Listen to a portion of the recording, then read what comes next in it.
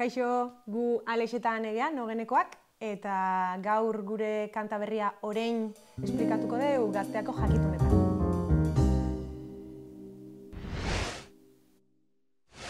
Zer naiz ni, zenbat min, errepideko oreinalez.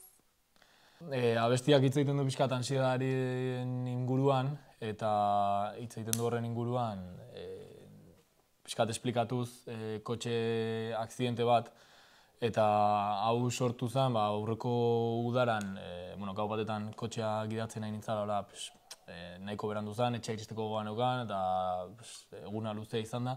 De repente, karretera txiki baten aurkitu nituen bi orein, eta nituen jo, baina frenazo, zakitzer, sustoa eta bar. Eta pixkat horri bueltaka sortu zen abestiaren lehenengo ideia eta esaldi hau. Nola bizi, nola hil, nola lortu erregabe. Pixkat ansiedade asuntokin jarraituz eta hor dago pixkat denok nik uste sartze gehala torbellino baten bezala, bizi gehala konektatuta, denai konektatuta, azkar aspertzeko kapazidadei gabe, eoteko kapazidadei gabe, lasai bizitzeko kapazidadei gabe guaintxe bertan, eta pixkat hortik ateratzeko moduik edo ez deula ikusten, eta horri garrantzia eman nahian bezala, ez?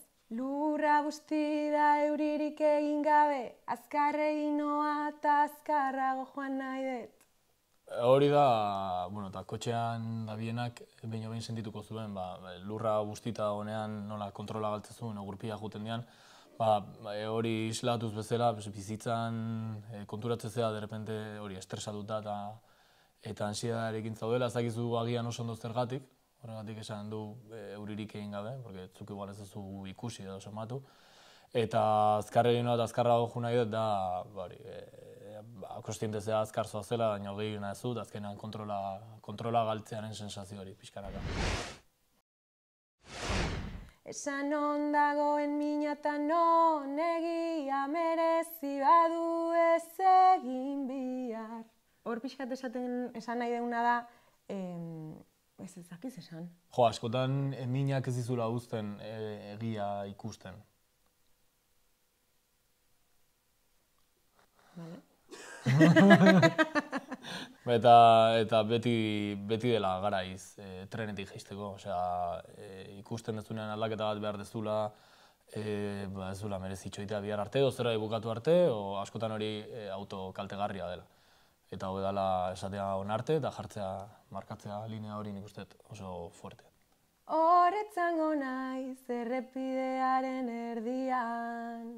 Hau ja da pixkat berdintzai dena, jetxiko naiz bizitza hontatik, jarriko naiz errepidearen erdian, kele den pixkat, ez? Ikusiko ditut kotxea pasatzen inguruan ezagitzea, baina nire galitzen naiz. Nolaztu orain, ilunean zure begiak. Eta hori da, hausnarketa azkenean, abestiak nola hitz egiten duen zure burua atropellatzeari buruz,